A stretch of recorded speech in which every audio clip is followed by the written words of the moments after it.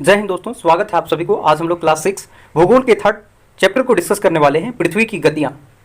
तो चलिए इसके बारे में सभी कॉन्सेप्ट को हम लोग जानने का कोशिश करेंगे बिना देर किए। देखिए, पृथ्वी की गतियां।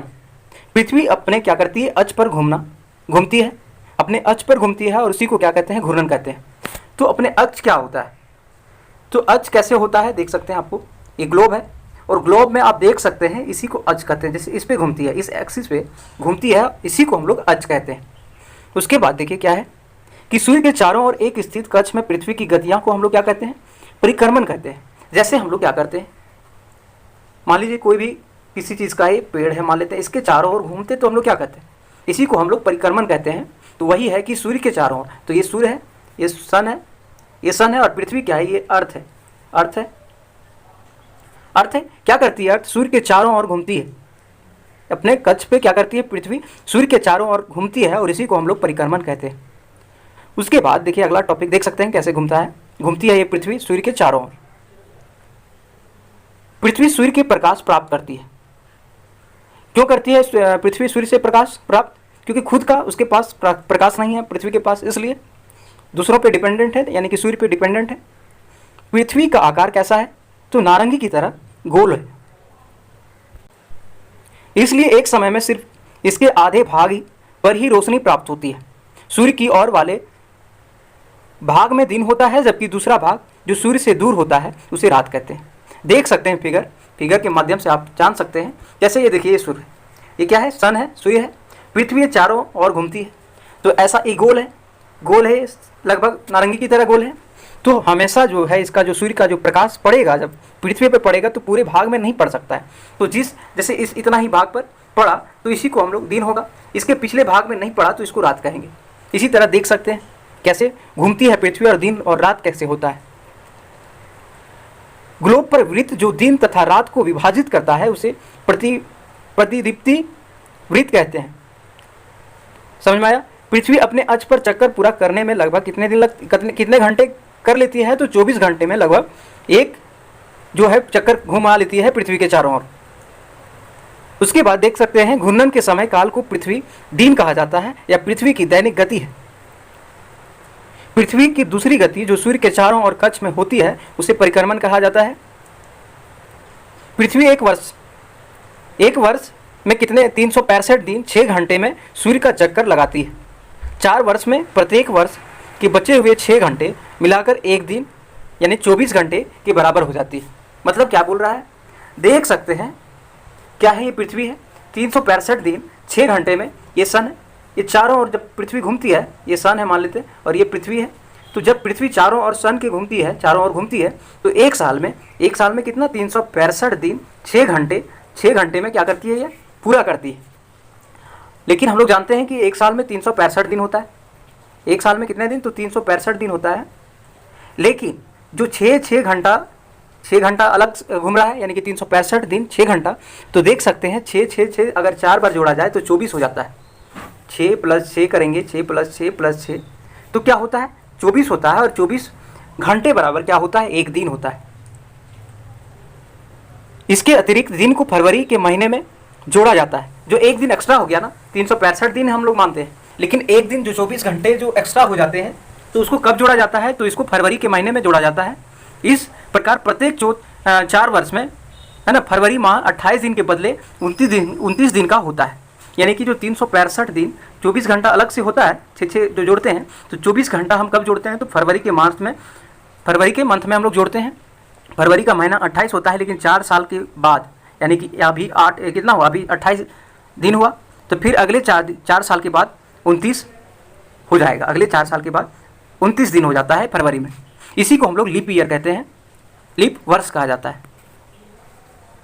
सामान्यतः एक वर्ष कुछ 4 ऋतुओं में बांटा जाता है। एक साल में 4 ऋतुएं पाई जाती है, गर्मी है, सर्दी है, वसंत है और शरद है। ये 4 ऋतुएं एक साल में बांटा जाता है। उसके बाद देखिए ऋतुओं में परिवर्तन सूर्य के चारों ओर पृथ्वी की गति में परिवर्तन के कारण होता है। ये बात तो सही है क्या नहीं। देखिए ये पृथ्वी है, ये मान लेते हैं ये सन है, ये सूर्य है, ये पृथ्वी है, अर्थ है। तो क्या बोले कि गोला रहता है, नारंगी की तरह है, तो जब यहाँ घूमेगी, इस पे घूमेगी तो इसी पे सिर्फ लाइट लगेगी, बाकी इधर के साइड इधर के साइड में क्या होगा, अंधेरा हो जाएगा, अंधेरा हो जाएगा, हो सकता है, यानी कि उतना गर्म ना हो पाए पृथ्वी, जिसके कारण क्या होता है, मौसम परिवर्तन होता है। 21 जून को उत्तरी गोलार्ध सूर्य की तरफ झुका होता है। तो सबसे पहले हम लोग जानेंगे कि उत्तरी गोलार्ध क्या होता है। तो उत्तरी गोलार्ध क्या होता है, ये पृथ्वी क्या है, ये पृथ्वी मान लेते हैं, ये पृथ्वी है, क्या है, ये पृथ्वी, ठीक है। ये विषुवत वृत्त है, यानी कि दो बराबर भागों में बांटने का काम करती है, उसे विषुवत वृत्त कहा जाता है। उत्तरी गोलार्ध इसी को कहते हैं उत्तरी गोलार्ध, उत्तरी गोलार्ध इसको कहते हैं।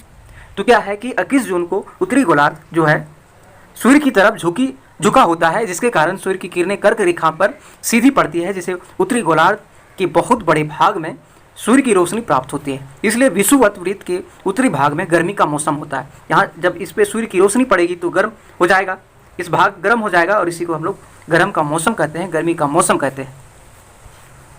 21 जून को इन क्षेत्रों में सबसे लंबा दिन तथा सबसे छोटी रात होती है। उत्तरी गोलार्ध में सबसे लंबा दिन और सबसे छोटी रात होती है। पृथ्वी की इस अवस्था को हम लोग अयनात कहते हैं, अयनात कहते हैं। समझ में आ गया किसे कहते हैं, अयनात। उसके बाद देखिए 22 दिसंबर को दक्षिण ध्रुव के सूर्य की ओर झुके होने के कारण मकर रेखा पर सूर्य की किरण सीधे पड़ती है। चूँकि सूर्य की किरण मकर पर लंबवत पड़ती है, इसलिए दक्षिणी गोलार्ध में बहुत बड़े भाग में प्रकाश प्राप्त होती है। इसलिए दक्षिण गोलार्ध में लंबे दिन तथा छोटी रातों वाली ग्रीष्म ऋतु होती है। कब होती है, तो 22 दिसंबर को क्या होती है, लंबे दिन, यानी बड़ा दिन होता है और छोटी रात होती है। लंबा दिन होता है और छोटा रात, एक गर्मी के दिन में होती है, यानी कि 22 दिसंबर को होती है। 21 मार्च और 23 सितंबर को सूर्य की किरणें विषुवत वृत्त पर सीधी पड़ती है। इस अवस्था में कोई भी ध्रुव सूर्य की ओर नहीं झुका होता है, इसलिए पूरी पृथ्वी पर रात एवं दिन बराबर होते हैं। तो अगर पूछे कि कौन सा दिन है जिसमें रात और बराबर रात और दिन होता है, तो किस दिन होता है, तो 21 मार्च और 23 सितंबर को होता है। समझ में आया क्या। अगले टॉपिक क्या है कि 23 सितंबर को उत्तरी गोलार्ध पर शरद ऋतु होती है, जबकि दक्षिण गोलार्ध पर वसंत ऋतु होती है। तो बताए थे हम लोग कि उत्तरी गोलार्ध क्या होता है और दक्षिणी गोलार्ध क्या होता है।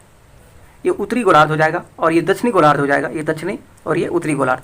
23 दिसंबर को क्या होता है, उत्तरी गोलार्ध, यानी इस पे उत्तरी गोलार्ध पर शरद, यानी कि शरद इस पे हो जाएगी, शरद ऋतु होती है। लेकिन दक्षिणी गोलार्ध पर ये वसंत ऋतु पाई जाती है। समझ में आ गया होगा। 21 मार्च को स्थिति इसके विपरीत हो जाती है, जबकि उत्तरी गोलार्ध में वसंत ऋतु तथा दक्षिणी गोलार्ध में क्या होता है, शरद ऋतु हो जाता है। अगर पूछे कि क्या हो जाएगा, उत्तरी गोलार्ध में वसंत ऋतु और दक्षिणी गोलार्ध में शरद ऋतु कब होते हैं, तो 21 मार्च को होते हैं। इस प्रकार स्पष्ट है कि पृथ्वी के घूर्णन एवं परिक्रमण के कारण दिन और रात होता है, ऋतुओं में परिवर्तन होता है। अगर ये घूर्णन ना होता, ये पृथ्वी अपने अक्ष पर नहीं घूमती, तो ना दिन होता, ना रात होता, ना शरद में कोई भी ऋतु में परिवर्तन होता। इस क्यों होता है, अगर पूछे क्यों होता है दिन और रात, तो पृथ्वी के घूर्णन के कारण, परिक्रमण के कारण ही होता है दिन और रात। अगर ये वीडियो आप लोगों को अच्छा लगा, सीख पाए, तो लाइक, शेयर, कमेंट और सब्सक्राइब करना ना भूलें। जय हिंद।